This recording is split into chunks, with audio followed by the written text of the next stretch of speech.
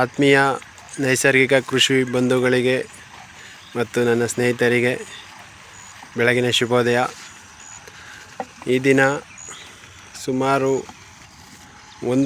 ಒಂದು ಕಾಲು ತಿಂಗಳಾಗಿತ್ತು ಈ ಭೂಮಿಗೆ, ಭತ್ತ ನೆಡುವಂಥ ಭೂಮಿಗೆ ನಾವು ಏನು 4 ರೀತಿ ಕಾಳುಗಳನ್ನು ಬಿತ್ತನೆ ಮಾಡಿ ಅದಕ್ಕೆ ಇವತ್ತು ಜೀವಾಮೃತವನ್ನು ಕೊಡ್ತಾಯಿದ್ದೀವಿ.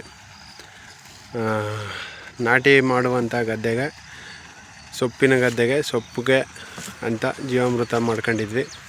ಅದನ್ನು ಈ ದಿನ ಕೊಡ್ತಾಯಿದ್ದೀವಿ. ಎಕರೆಗೆ 200 ಲೀಟ್ರು ಪ್ರಮಾಣದಲ್ಲಿ ಜೀವಾಮೃತವನ್ನು ಇವತ್ತು ಸಿಂಪಡಣೆ ಮಾಡ್ತಾಯಿದ್ದೀವಿ.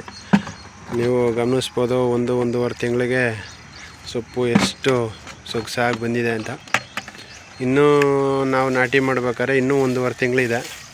ಹೆಚ್ಚು ಕಮ್ಮಿ 5ರಿಂದ 6 ಅಡಿಯಷ್ಟು ಬೆಳೆ ಬಂದ್ಬಿಡುತ್ತೆ ಸೊಪ್ಪು. ಯಥೇಚ್ಛವಾದ ಗೊಬ್ಬರವನ್ನು ನಾವು ನೈಸರ್ಗಿಕ ಪದ್ಧತಿಯಲ್ಲಿ ಉತ್ಪತ್ತಿ ಮಾಡಿ ಅದನ್ನು ಭೂಮಿಗೆ ಸೇರಿಸಿ ನಾಟಿ ಮಾಡುವಂಥ ವಿಧಾನ. ಪಾಳೇಕರ್ ಗುರೂಜಿಯವರ ಮೊದಲನೇ ಕ್ರಿಯೆ ಅಂದರೆ ಮುಚ್ಚಿಗೆಗೋಸ್ಕರ ಇಲ್ಲಿ ಏಕದಳ, ದ್ವಿದಳ, ಎಣ್ಣೆಕಾಳು ಮತ್ತು ಸಾಂಬಾರು ಪದಾರ್ಥ, ಈ 4 ಪದಾರ್ಥಗಳನ್ನು ಮಿಶ್ರಣ ಮಾಡಿ ನಾವು ಇದನ್ನು ಬಿತ್ತನೆ ಮಾಡಿದ್ವಿ. ಬಿತ್ತನೆ ಮಾಡಿ ಸರಿ ಸುಮಾರು 1-1.5 ತಿಂಗಳು ಆಗಿದೆ. ಈಗ ಇಷ್ಟರ ಮಟ್ಟಿಗೆ ಸೊಪ್ಪು ನಮಗೆ ಬಂದಿದೆ. ಹೆಚ್ಚು ಕಮ್ಮಿ 3 ತಿಂಗಳು, 90 ದಿನ, 100 ದಿನ ಹಂತದಲ್ಲಿ ನಾವು ಇದನ್ನು ಭೂಮಿಗೆ ಸೇರಿಸಿದ್ರೆ ಸರಿ ಸುಮಾರು 4ರಿಂದ 5 ಟನ್ನಷ್ಟು ಗೊಬ್ಬರನ ನಾವು ಇಲ್ಲೇ ಉತ್ಪತ್ತಿ ಮಾಡ್ಬೋದು. ಹೊರಗಡೆಯಿಂದ ತಂದಾಕೋ ಖರ್ಚು ಉಳೀತದೆ.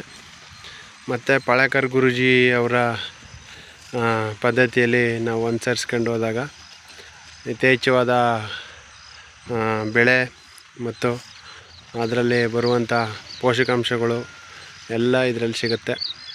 ದಯಮಾಡಿ ಭತ್ತ ಬೆಳೆಯುವಂಥ ರೈತರುಗಳು 100 ದಿನಕ್ಕೆ ಮುಂಚೆ ಹಸಿರೆಲೆ ಗೊಬ್ಬರವನ್ನು ಈ ರೀತಿ ಮಾಡ್ಕೊಂಡು ಅದನ್ನು ಭೂಮಿಗೆ ಸೇರಿಸಿ ಅದಕ್ಕೆ 2 ಬಾರಿ ಜೀವಾಮೃತ, ಭತ್ತ ನಾಟಿ ಆದ ನಂತರ ಪ್ರತಿ 20 ದಿನಕ್ಕೆ ಒಂದು ಸಾರಿ ಜೀವಾಮೃತವನ್ನು ಕೊಟ್ಕೊಂಡು ಬಂದರೆ ಉತ್ತಮ ಇಳುವರಿಯನ್ನು ನಾವು ಪಡಿಬೋದು ಅಂತ ಹೇಳೋಕ್ಕೆ ಇಷ್ಟಪಡ್ತೀನಿ.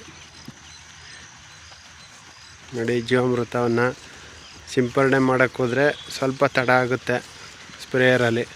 ಅದಕ್ಕೋಸ್ಕರ ಈ ರೀತಿ ಎರಚ್ಕೊಂಡು ಬಂದ್ಬಿಡ್ತಾಯಿದ್ದೀವಿ. ಈ ರೀತಿ ಎರಚ್ಕೊಂಡು ಬರ್ತಾಯಿದ್ದೀವಿ. ಎಲ್ಲರಿಗೂ ಒಳ್ಳೆಯದಾಗಲಿ. ಆದಷ್ಟು ಜನ ರೈತರು ವಿಷಮುಕ್ತ ಆಹಾರವನ್ನು ಉತ್ಪತ್ತಿ ಮಾಡಿ ಅಂತ ತಮ್ಮೆಲ್ಲರಲ್ಲೂ ಕೇಳ್ಕೊಳ್ತೀನಿ. ಜೈ ಹಳ್ಳಿಕಾರ್, ಜೈ ಸುಭಾಷ್ ಪಾಳೇಕರ್ ಜಿ, ಜೈ ಗೋಮಾತಾ.